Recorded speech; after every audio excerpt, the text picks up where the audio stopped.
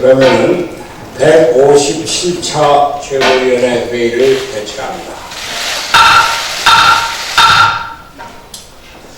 지난 수요일에는 제가 제40주년 부마항쟁 기념식에 참석하느라고 최고위원회를 개최하지 못했습니다.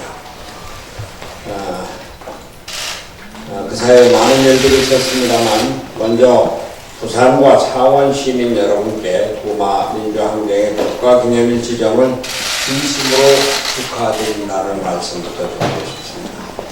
저 역시 부마항쟁에 관련돼서 고초를 겪은 사람으로서 특별한 감회가 들지 않을 수 없었습니다.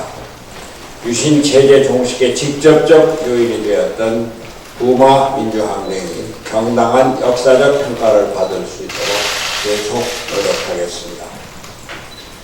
지난 14일은 조국 전 법무장관이 사진 사퇴했습니다.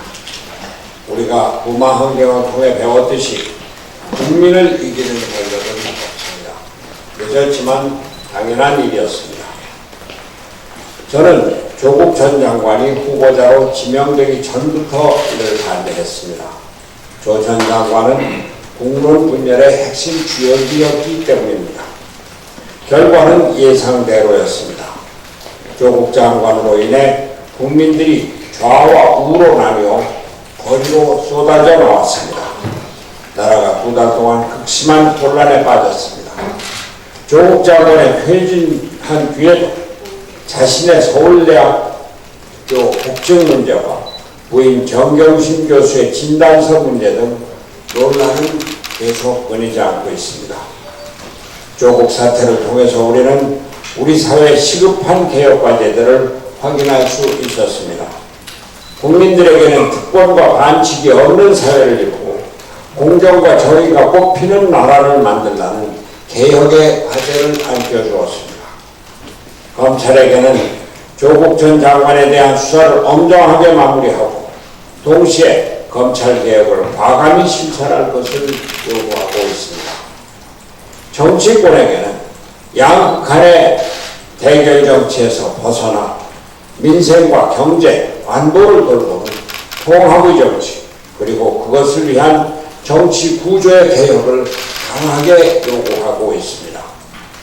바른미래당은 앞으로 이 개혁 과제들을 해결하는 데 앞장설 것입니다. 조국 사태에서 극명하게 드러난 극한 대결의 정치를 끝내고 국민 통합의 길을 열어가겠습니다. 크게 넓혀진 중간지대를 새로운 정치 세력으로 채우고 제3의 길, 새로운 정치를 펼쳐나갈 것을 국민 여러분 앞에 약속합니다. 이와 관련하여 문재인 대통령과 여당 그리고 문희상 국회의장께 한 말씀 드립니다.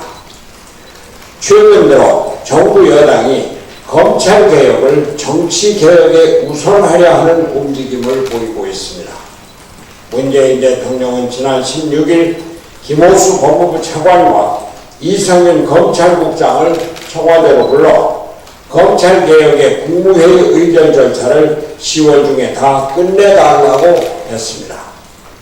이해찬 대표는 지난 11일 검찰개혁법의 속도를 내서 최대한 빠르게 처리해야 한다며 패스트트랙 지정 법안은 사당이 합의하면 시기와 순서를 조정할 수 있다고 발언했습니다. 문희상 국회의장도 지난 7일 국회법에 따라 가능한 모든 의정 권한을 행사해 사법개혁안을 신속히 상정할 생각이라고 밝혔습니다. 정부 여당의 이러한 움직임은 지난 4월 22일 여야 4당 원내대표 합의를 정면으로 위배하는 것일 뿐더러 조국 사태의 근본 원인을 완전히 잘못 짚은 것입니다. 조국 사태가 사법개혁을 요구하고 있기는 하지만 보다 근본적인 원인은 우리 정치 구조의 문제입니다. 제왕적 대통령의 권력이 분산되고 협치와 대화가 일성화된 합의제 민주주의가 있었다면 조국 사태와 같은 불행한 일, 즉 권력의 오만과 독선은 발생하지도 않았을 것이기 때문입니다. 바른미래당은 검찰개혁을 정치개혁, 즉 선거제도 개혁에 우선하여 처리하려는 정부 여당의 행보에 깊은 유감을 표하며 그러한 움직임을 중단할 것을 촉구합니다. 원내대표 합의 정신을 존중하여 선거제 개혁이 검찰개혁에 앞서 처리되어야 한다는 점을 분명히 밝힙니다.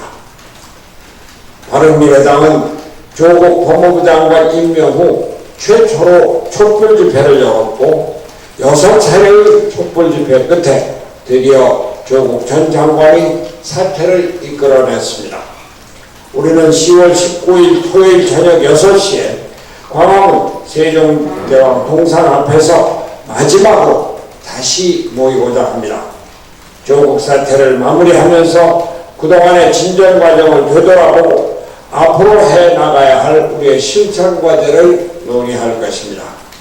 바른미래당이 펼쳐나갈 제3의 길, 새로운 정치에 관심이 있으신 국민 여러분 모두 함께 하셔서 대한민국의 새로운 미래를 향한 토론에 참여해 주시기 바랍니다.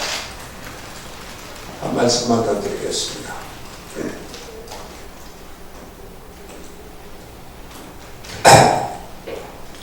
문재인 대통령이 최근 경제 행보에 힘을 쏟고 있습니다.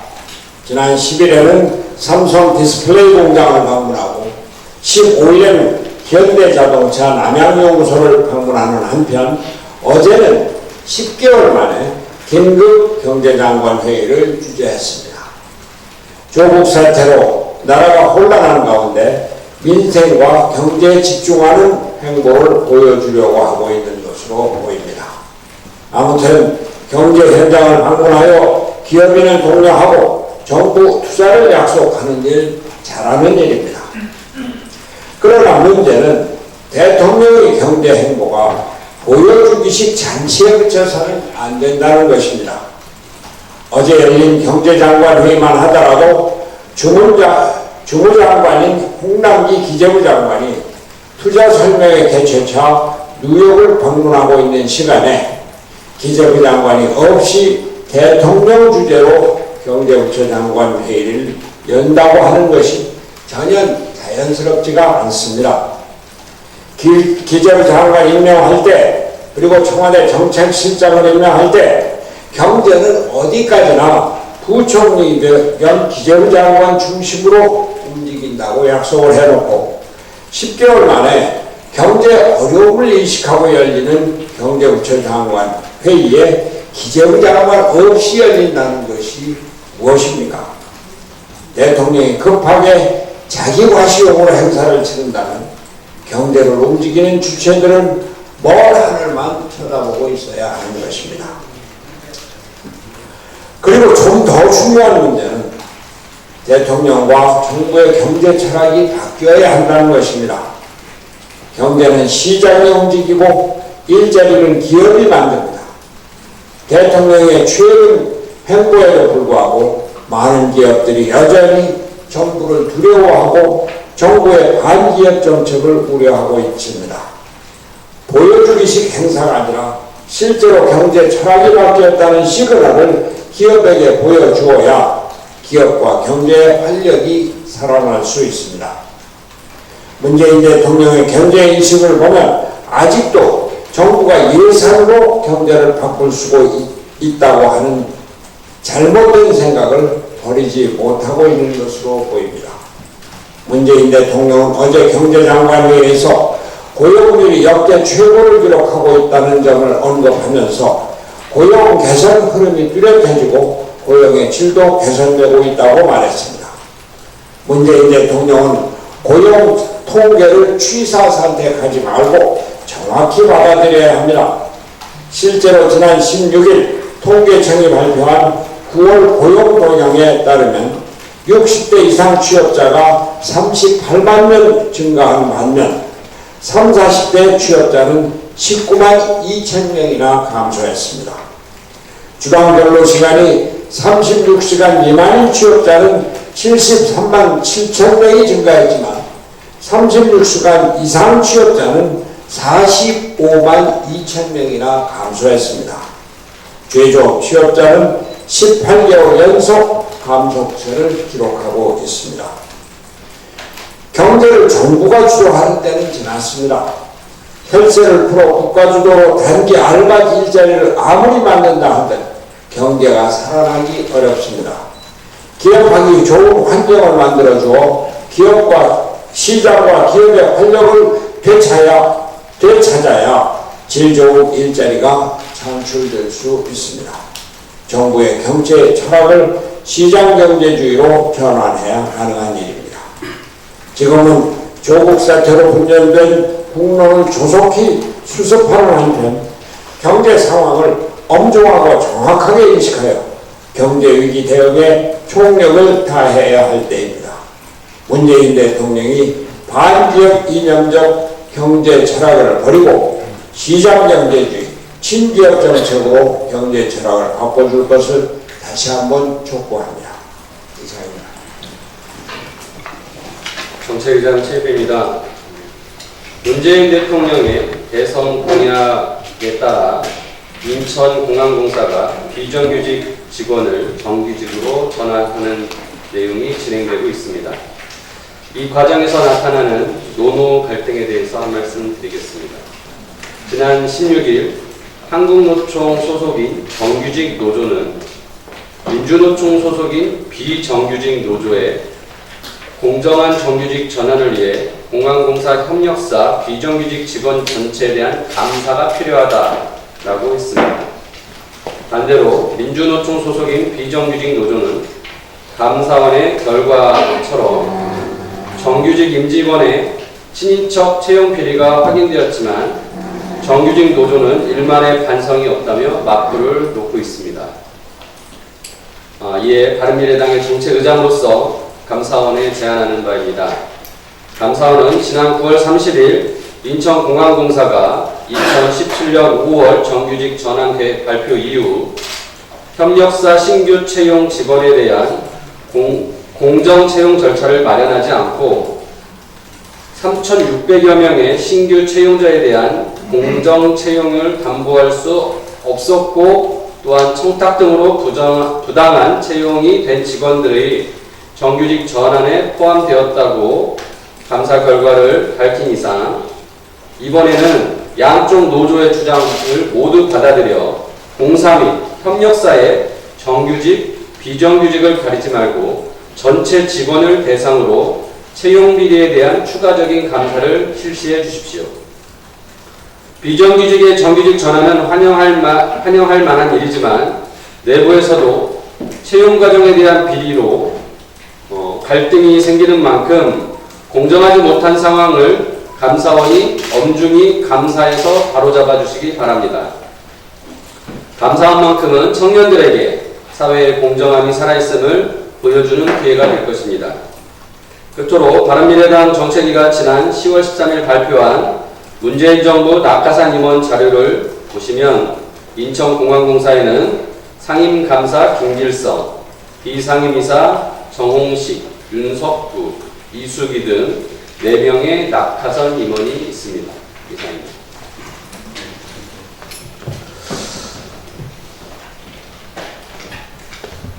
지난 9일 유승민 전 대표님은 한국당을 향해서 처음부터 다시 하겠습니다.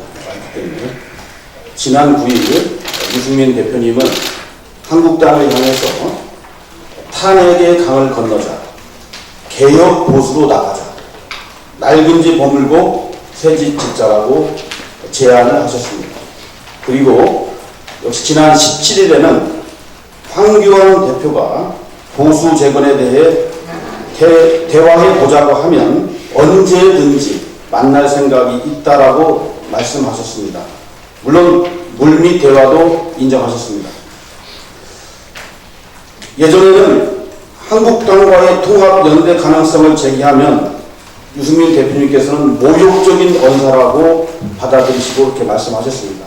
그런데 지금은 일부 조건을 달기는 했습니다마는 한국당과의 대화 및 통합 가능성을 부인하지 않고 계십니다. 저는 존경하는 유승민 대표님과 사랑하는 바른정당계 의원님들께 간곡히 호소하고 눈물로 부탁드립니다. 이전 저희 최고위원회에서의 발언대로 신당 창당 및 집당 탈당을 통한 한국당과의 통합연대라는 플랜 A와 반미래랑 자유 및 당의 회복을 위한 큰 걸음에 동참하고자 하는 플랜 B를 선택해 주시되 유승민 대표님 말씀대로 빠른 시간에 결론 및 결단을 내려주시길 간곡히 부탁드립니다. 부족한 제가 정치 현장에서 25년간 경험한 바로는 지도자는 신중함도 때로는 필요하지만 역시 때로는 과감한 결단력도 필요합니다. 그래야 지도자가 되실 수 있습니다. 이상입니다. 다른 분 공개 발언 없습니다.